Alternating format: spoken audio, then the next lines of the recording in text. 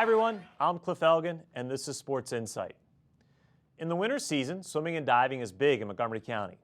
MCPS has the largest interscholastic swim and dive program in Maryland, with approximately 1,500 high school athletes participating each year.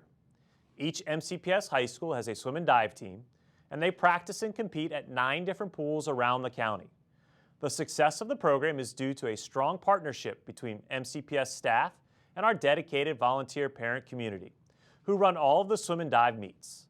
The program also flourishes because of the support of the Montgomery County Department of Recreation, Montgomery College, the City of Gaithersburg, and the City of Rockville, all of which manage pools used by our teams for our practices and meets. It's 4:50 a.m. at the Germantown Indoor Swim Center as the Seneca Valley High School swim team arrives for practice. When it comes to swimming, there are inevitably early mornings involved, and for us, it's a 5 a.m. practice over at the Germantown Swim Center, which means you have your swimmers up at about 4:30. They're not the most talkative group on the way to practice. Swimming is definitely a sport that you have to be dedicated to. It's part of your life that is amazing, and knowing that you have to be committed to a sport helps with commitments in other areas. And the swimmers and divers do a really nice job of having a high GPA, and they also know that school is important. And you know, we really stress at Seneca Valley that we are student athletes, and the student comes first. Even though swimming is an individual sport, you have a lot of support from all your teammates. As you can hear, for the diving, we're very supportive of each other and love to cheer each other on. And then I think it also helps you focus more when you learn this focus and how to work hard, and it can translate into your academic success as well. Normally during our practices on Friday, we dive, and the swimmers are swimming right near us, and we all have bagels afterwards, the swim team and the dive team. It's really nice. It's really fun. You get to talk to everybody. And those bagels are usually provided by parents who come to support the team. Aside from the coaches who may be MCPS teachers or support staff, the swim and dive program is entirely run by parent volunteers. The swimming and diving community is tight-knit and strong. Everything from the starter to the referee to the stroke and turn judges to the diving judges, they're all parents. Whereas a lot of the meets you might see in the Olympics are all automated, our meets can only happen if you have parents there, and 3 of them at a time. We use 3 parents because that kind of allows us to make sure we're as objective as possible with the times. And basically, when a swimmer comes in, they'll all stop, and then the middle time, the fastest and slowest get thrown out. The middle time is that swimmer's time. At this meet, we'll have 4 stroke and turn judges who, outside of the timers, are judging the strokes for their legality, touches, kicks, being underwater or on top of the water. All that stuff is judged according to the national high school swimming rules. You'll have parents taking the times in and filling out and going through and double checking those numbers to make sure they're correct. The dive judges are all parents, and they'll run that. So it's really, it takes usually, each team is going to have to come up with somewhere around 20 volunteers to make a meet happen. And I think it also builds, you know, this swimming and diving community. Everybody really knows each other well, and we all work together, and the parents are right there on deck. So it's amazing to see that, and I always make sure that my swimmers are thanking their parents for working and helping out throughout the entire year. Our parents, as you can see, love to volunteer, and they're such a big part of our success as students and our success as swimmers.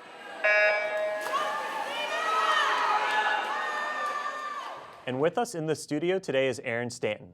Erin is a junior at James Hubert Blake High School in Silver Spring and a Bengal swimmer specializing in the 100-meter breaststroke.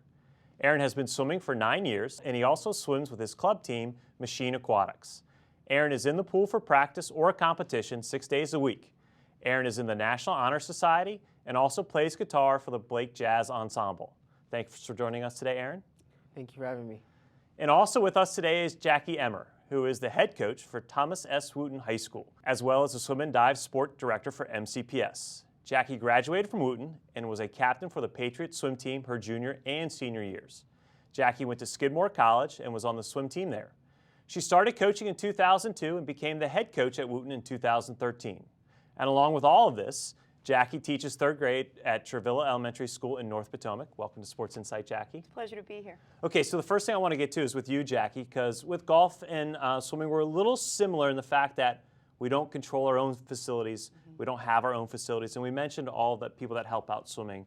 And just explain to everybody a little bit what goes into coordinating all of this for 25 high schools and the pools. Right. Well, we really rely, like you said, on county facilities. We have to rent pool time. We have to manage all of the schedules. We have to pay attention to the bell schedules and the bus schedules and everything, and constant changes there. And then we have to coordinate the coaches' schedules as well. We have a lot of coaches who teach elementary, middle, and high school, and you have to have an adult on deck for every practice. So they kind of put together a schedule at the beginning of every season, and the coaches kind of sit down and look at what facilities are available, what times are available, what their schedules are, and we kind of make it work for everybody. So let's talk about the times, because there's that one time that I think all the teams and coaches look at, do I have the practice before school starts? Yep. And so let's get that, they're getting there early in the morning, correct? Yeah. First practices start at 5. Sometimes if you're lucky, you get a 5:30. But yeah, 5 or 5:30 practices. Every now and then you'll get some schools that don't have a morning practice. They'll have 2 afternoons. But usually you'll see 1 morning and 1 afternoon. And speaking about those early morning practices, Erin, you said when we were talking before the show that Blake's one of those schools that you were fortunate enough not to get one of the early morning practices. Are the Bengals happy about that, or would you prefer the morning practice? A lot of people are more happy about it because it just gives them a chance to sleep in, of course.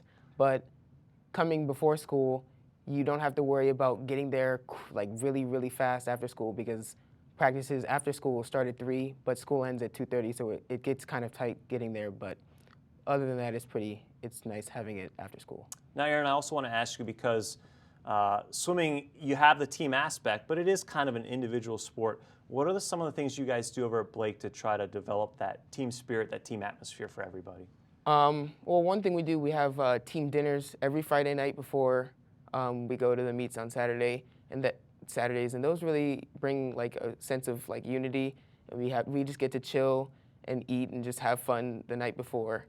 And then we also like to go out to eat again after the meet. It's a lot of food involved with swimming, and we could just go out to eat and we just have fun. Jackie, similar traditions over at Wooten? Absolutely, yeah. We have socials hosted by the captains every Friday night. We try and encourage everybody to come out to lunch or breakfast or dinner, depending on what times the meet are on Saturday. This week is unique. We'll have kind of a fundraiser type opportunity. Sometimes we go out to restaurants and invite families out with us. Our seniors have played around with the idea of doing senior nights and going out to the movies. We've had breakfast sometimes after our morning practices. Everybody will meet at Panera. So it's a great opportunity for everybody to get together. Now and like you said, lots of food. Lots of food. You mentioned families, and we got to bring that piece into it. We can't run the swim organization teams in the county without parent involvement. So, Jackie, why don't you talk a little bit about the parents and what they do, and Erin, we'll get your take in a second. Sure. Swim and Dive is really unique in that it's entirely volunteer run. We don't have any officials that come from the county, no refs, nothing like that. All of our parents who volunteer have to get certified to be a starter, to be a stroke and turn, to be a referee for both swimming and diving. They don't have to be certified for anything to be a timer, but it takes at least 15 parents to help run every meet. In addition, most teams have a parent rep who helps kind of coordinate those volunteers. The coach kind of specializes with the kids, the parent rep kind of specializes in the parents. In addition, for those morning practices, you need those parents to get those kids there. A lot of kids who have a fresh license are on their provisionals. They can't drive that early in the morning, or their parents aren't comfortable letting them drive that early in the morning. They kind of organize caravans and carpools to get the younger kids there, to get them straight out from school. I know Wooten's parking lot is nuts at the end of the day. I think they all are. So the parents will come and pick them up a few minutes early during those last announcements and kind of motor them over there. So the parent support, the parent volunteers. Gosh, parents are a huge part of Swim and Dive. And Erin, has it taken over your family? Are your parents yeah, running their definitely. schedule around the swim meets? Yes, but they're really good about it. They know why I'm doing it, and they know I'm having fun while I'm doing it. So I think they really support me, and I think that's for all parents who are involved in the swim community, from the officials to the timers to even just being there for your kid to watch him or her swim. It's really important to the swimmer to be there. do you ever feel like you're always in a pool? Like, do you ever feel like I'm finally dried out, or do you just feel like you're chlorinated and wet all the time? Yeah, it's definitely to the point where some of my friends will be like, you smell like chlorine. I'm just like, I can't even smell it. I admire you because I remember in college, just watching the swimmers come in, you'd see them for breakfast, their hair was wet. Then you'd see them at lunch, their hair was wet, and then you'd see them at dinner, and their hair was wet. Yep. And I'm sure the wintertime, their hair's frozen. You probably had that problem with the longer hair, right? Absolutely. We always used to joke when I was swimming in college that even if you had a weekend off, you go to the gym and you would sweat chlorine. You know, over the summer when you didn't swim quite as much, you'd, oh my gosh, why do I still smell pool? I haven't been in a week. And always the kind of the thin, cracked hair, it always turns lighter. It's constant. The lines, the goggle circles, you always have them. The swim cap tan lines. You get a tan on the fold on the back of your neck from breathing in butterfly and breaststroke. The trials and tribulations Constant. of swimming, who knew? Exactly. I do want to talk a little bit about the makeup of our county. We've got how many divisions? You tell me. 4. 4 divisions. And you have a boys team, you have a girls team, and do we combine the scores or are they separate? Talk a little bit about that, Jackie. Yeah.